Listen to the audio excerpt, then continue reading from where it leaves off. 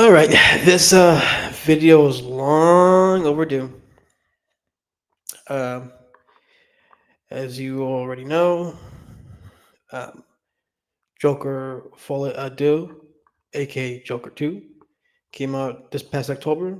Everybody's talked about it. Well, everybody who saw the movie. And the majority opinion is it's bad, it's terrible, it's pointless, it ruins the first movie, it's a waste of time. Uh, you've heard it all about this movie. The negative reviews, the negative opinions about the movie. Um, while there's me, just watching it the first time in theaters. Uh, I already had heard the negative reactions. I just didn't know the details about it, so it wasn't like spoilers or anything like that. Which, by the way, this is a spoiler video, so if you haven't seen the movie, warning, spoiler, spoiler. I don't know how much is going to spoil, but I'm going to spoil plenty. Um, yeah. So as for me, I liked the movie. Just the first time seeing it, and the weird thing that happened was I didn't see it a second time in theater, but just by the first time seeing it,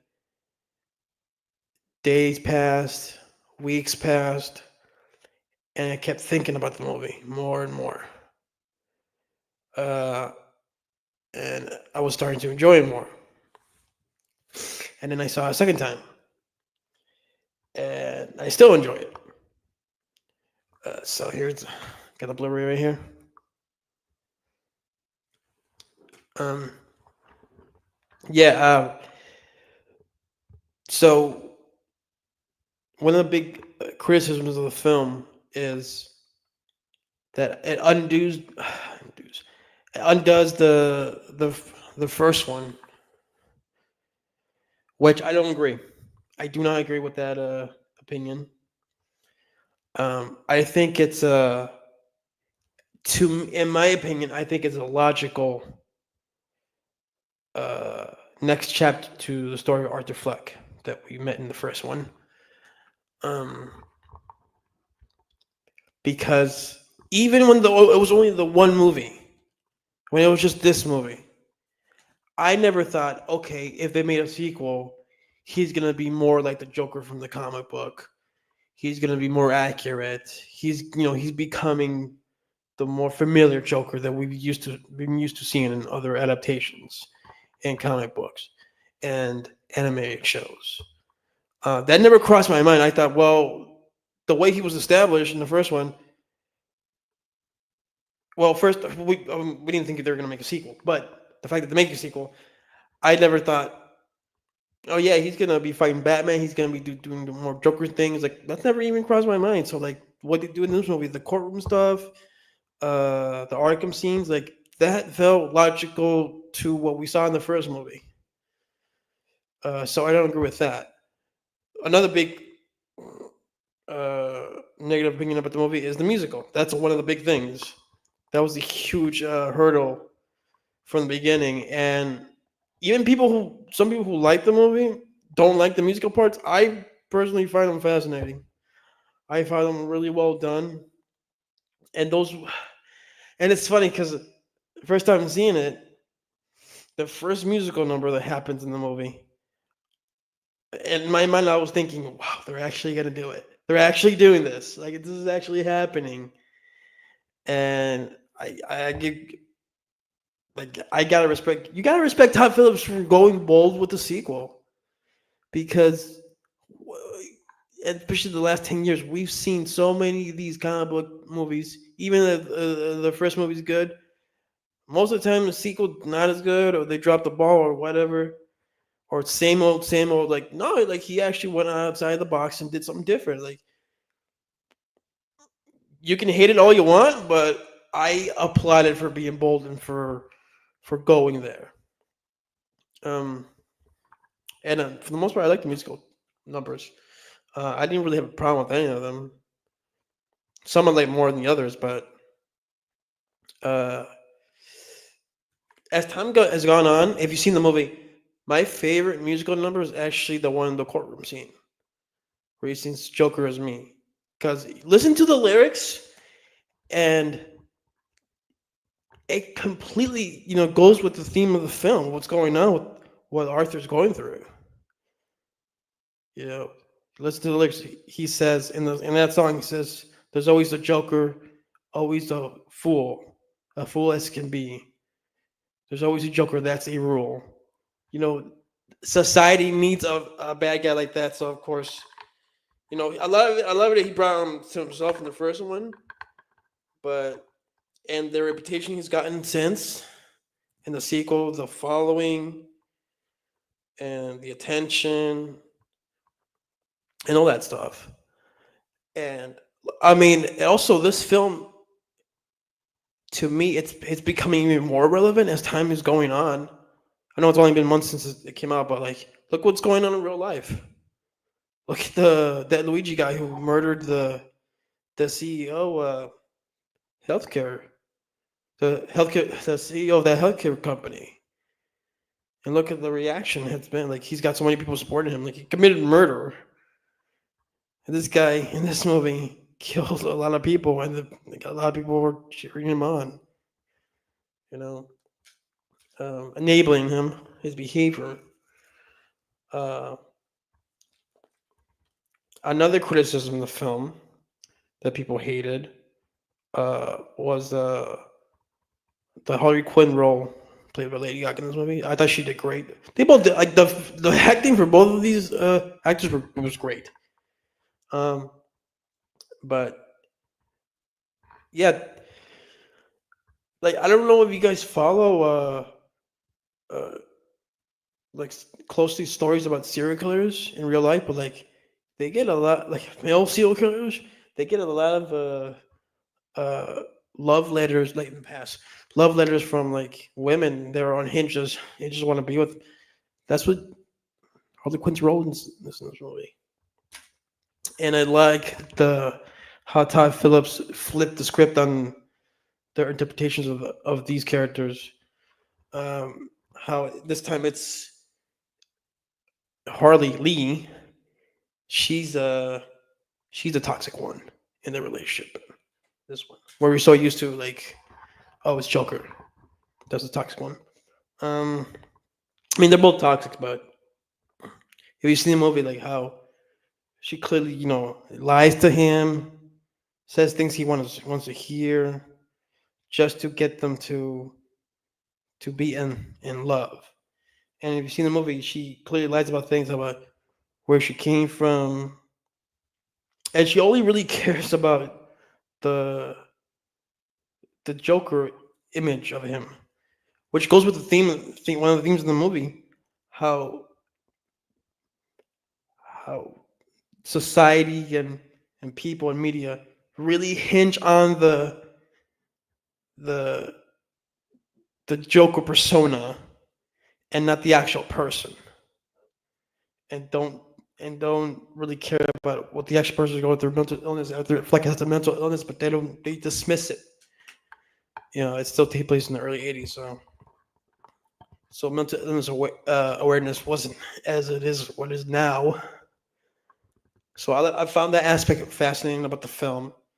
And since it's a courtroom drama, I mean, I'm biased when it comes to that.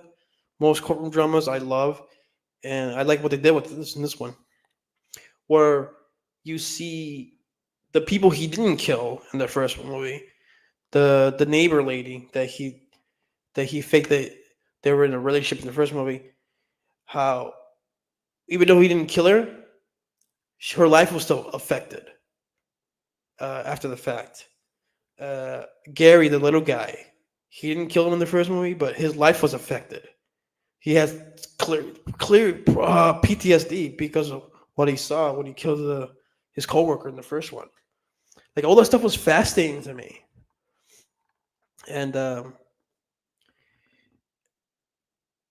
and just to go back really quickly on the musical part, um, what I liked that I had a feeling it was going to go this route where the musical numbers are not actually happening in the movie. It's all Arthur's head, and also And Lady Gaga said, or Harley Lee said, it's fantasy.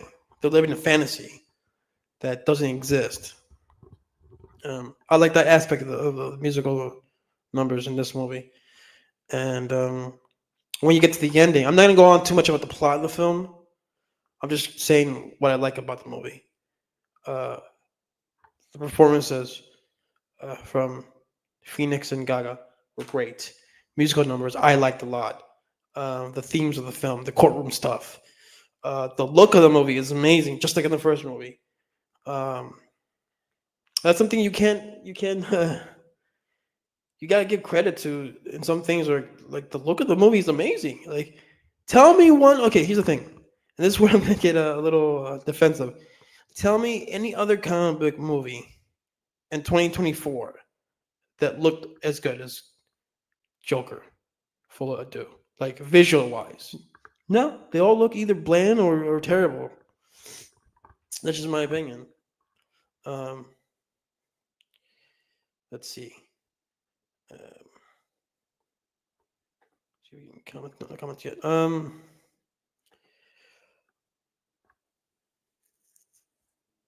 Let's see. What else? Okay. Visual look, performances, musical numbers, courtroom stuff, the themes. Like for example, this there's a scene in the movie where Harley visits Arthur while they locked him up in that dark room in Arkham. She visits him, and then she tells him that she loves him and everything, all that stuff. And then he's about to kiss her, and she tells him stop. I brought makeup. She puts makeup on him to make him look more like the Joker. And then she starts kissing him, and they have sex. That right there just shows how someone like her only cared about the Joker persona. I mean, it's not subtle. I mean, they tell you they practically tell you in the film, but like visually, how she just like starts painting his face just so she can be satisfied in her own sick ways. I thought all that stuff was fascinating to me. I thought that was all that stuff worked. Um, that's like around the point. Even watching the first time, the movie started really clicking with me. Okay, I'm gonna like this movie, and I'm thinking I'm gonna be in the minority. Now I am in the minority, which is fine. I mean, when this when this movie goes starts getting more of a cult following throughout the years as years go on, I'm gonna be saying I'm being shouting off the rooftops. Hey, I liked it from the beginning when they first came out. I was ahead in the curve in this one. Uh, so yeah, and then when it comes to the ending, this wouldn't give super spoilers. There's another thing people hated. Spoilers, spoilers, spoilers. Uh, Arthur Fleck dies in the film. He gets killed by another prisoner. After everything that happens in the film, he rejects being the Joker. He loses some of his supporters, including Harley, and you get to see him where there's an explosion in the courtroom. He escapes. Some other of his like supporters try to get him out of there. He gets out of their car, which is like a really like the only kind of action scene you get. It's like a long take of they just take him to their car and drive him to Gotham, and he gets out of there and he runs off. He finds Harley in the stairway from the first movie, the big stairway, in Gotham, and he's telling her like we can go because that was the whole plan throughout the movie. Like they're gonna run off and live a life together, build a mountain, as they kept saying in the movie. And she said, "No, there was only a fantasy. Like that's all we had was a fantasy. The musical parts of it, the fantasy." And he gave that up. And he's like, "No, no, no, no, no. I'm still the guy you love." She's like, "No, you said there's no." Because he says in the courtroom, there was never a Joker. There's never the Joker. And then and this is another thing that how the movie's self aware. she starts. It's like the last musical or attempt of a musical number. He's telling her to stop singing, which is just funny. I don't think I've ever seen a musical where someone actually tells a character tells another character to stop singing, which I found pretty funny. Uh, but you know, she leaves him because she didn't care about him at all. Like nobody really cared about Arthur Fleck the person. There's a couple of like Gary the little guy. He kept because they were friends when like before all the events that happened in the first movie. Um, his lawyer, played by Catherine Keener, Arthur's lawyer, um, another solid performance. It seems like she's the only one that cared about him in the movie. Um, she warned them about Harley about she's a liar and she lied about where she came from. She said she came from the same neighborhood that he grew up in, where now she lived in a semi-rich family, and she has a degree in psychology or psychiatry, sorry, which goes with the character. And clearly she uses that throughout the movie to manipulate him. Like, look at the scene where she visits him in jail in Arkham, and that's where you get the "Close to You" musical number, which also is one of my favorites in the movie. She tells him, I have a place in your apartment so we can live there when you get out of here. He says, I don't want to live there. Like, watch that scene again if you've seen the movie. He says, I don't want to live there. And then she goes like, oh, I'm pregnant. This is after the sex scene. And then he's obviously shocked. And then she sings the little love song from the Carpenters, "Close to You," again to use the psychiatry of manipulation.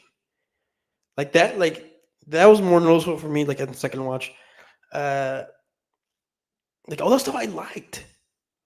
But going back to the ending, just to wrap up my thoughts. Uh, yeah, so she leaves him. She rejects Arthur Fleck the person, as did all society as well.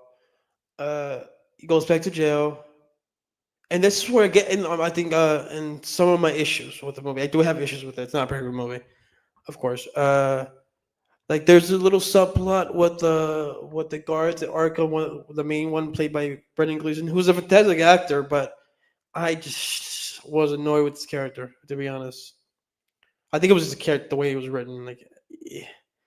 um, but you see what I liked about what we saw in the film with the guards and how just neglectful they are. I mean, there's the scene in the opening where they're shaving him and they don't do that such a great job. They cut him a little bit and they don't even clean his wound. You just let it happen.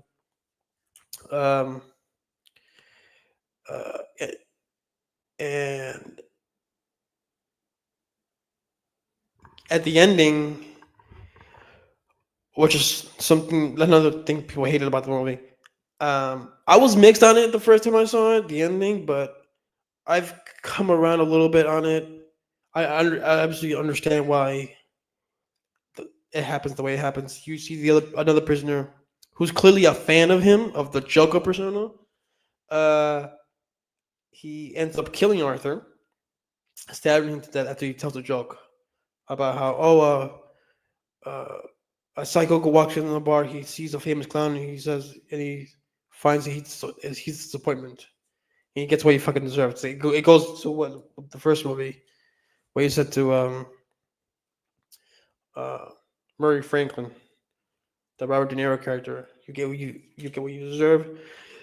He stabs him to death, and then you see in the background the prisoner who kills him. He starts slicing his face, more like a smiley face, which is a nod to the Heath Ledger Joker. So you could say like, oh, that guy just killed Arthur. He probably is going to end up becoming the more traditional Joker that we're familiar with. That's what I got from that ending, from that character. And when you see the scene again, there's a guard that tells him he has a visitor. Clearly, the guard disappears. He doesn't come back for him, and then again, the neglect of what the guards do in that prison, the corruption. Uh, led to Arthur's death, and especially everything he said in the courtroom led to his death. I thought it was a very bold, ballsy ending, which I understand why. That's one thing. Okay, I understand if you why people hated it. Um, but for what I saw, I thought it worked. Um, and to be honest, I don't blame anybody who hated the movie. I get it, but at the same time, like we've seen like the last couple of years, we've seen so many bland, generic, forgettable comic book movies. That something like this, which uh, a 200 million dollar musical comic book adaptation. We're never gonna see a movie like this, at least not in my lifetime. So I appreciate Todd Phillips for doing what he did with this film, and some people have used that against him, like, oh, like if he really didn't want to make a sequel, he shouldn't have done it. Like, sure, he could have not done it, but if you're gonna do a sequel to a movie that had a kind of a definitive ending, like go all out, like do but he went all out, but in a controversial way, but in a way I thought worked for me. Um, so yeah, I mean, and people have also like in a negative way said like, oh, Todd Phillips said this was a big fuck you to like the studio and the fans. You know what though? If that's how you feel, that's how you feel. But let's just say Todd Phillips did actually verbally came out and said, yeah, I made Joker 2 to just say fuck you everybody. I respect that. I think that takes a lot of guts, a lot of balls. Um, so it is what it is. Most people are not gonna like this movie. Don't like this movie. Hate this movie. Despise it. I get it. It's very dark. It's darker than the first one. It's more depressing. It's more nihilistic, but I liked it a lot actually. So those are my thoughts on Joker 2 for Ado. Oh, sorry, Rob. I'm actually seeing your comment right now because I had it on full screen. Let's see. Yeah. Rob Diamond, my buddy. Rob, how dare you say anything good about this film? LOL sarcasm. So, since you're watching this stream, Rob, I'm assuming you saw the movie already. I haven't heard your thoughts if you did. So, tell me if you've seen it or not. If you didn't, I spoiled the whole movie for you, at least the big moments. Um, yeah, and this movie, got 31% Rotten Tomatoes, 5.2 in IMDb, and the letter D on Cinema Score, which is the lowest score for any comic book movie in history. Just to remind everybody, Madam Web came out the same year as Joker Folie Ado, and Joker Folie Ado got a worse cinema score. Let that sink in, people. Just saying. People are entitled to their opinion, and I get why people didn't like the movie, but this movie has way more going for it than any of these other generic, bland, corporate, um, studio mandated comic book movies they've gotten the last couple of years. All right, not yet. Going to watch it soon. Whoops, sorry for the spoiler. Then I'm pretty sure you already got spoiled. I think he did. I think so. I mean, form your own opinion, man. I mean, just because everybody hates it doesn't mean you're gonna hate it too. Uh, so who knows? You might like it, Rob. Um. So yeah. Yeah. I mean, that's all I gotta say. I don't think I'm gonna stay on longer, that much longer now. I mean, this stream was just the short stream was just about this movie. Um, but now that I'm here, hold on. Let me move this. Oh yeah. So yeah, if you haven't seen Joker Folie, you should give it a chance. Maybe you'll like things about it. Maybe not. Who knows? Uh, so yeah, this is the chance I'm gonna say before I get off. Um, to whoever watches this later, there will be a stream on Sunday. New movie bus episode. Best and worst movies of 2024 and what we're looking forward to in 2025. That's the show we got coming up, and as well as more movie busters episode later in the year. And also, I'm going to be doing more streams in general, other than just movie busters. I'm going to do movie reviews mixed with movie news uh, opinions. I don't have a title for it, but that's kind of like what you get with other streamers when it comes to movie stuff. They talk about what they just saw, or they talk about what's coming up, or trailers, pictures, casting, whatever.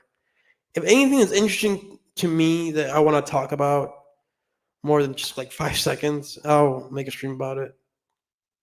So stay tuned for that. Like I said, more movie busters episodes. I got a lot in the cards actually for pretty much the whole year. Uh, yes, I agree, Rob. Let's make 2025 great. Not to sound political, great again. But yeah, so we'll see how the year goes. Hopefully, good. But yeah, thanks for watching, Rob.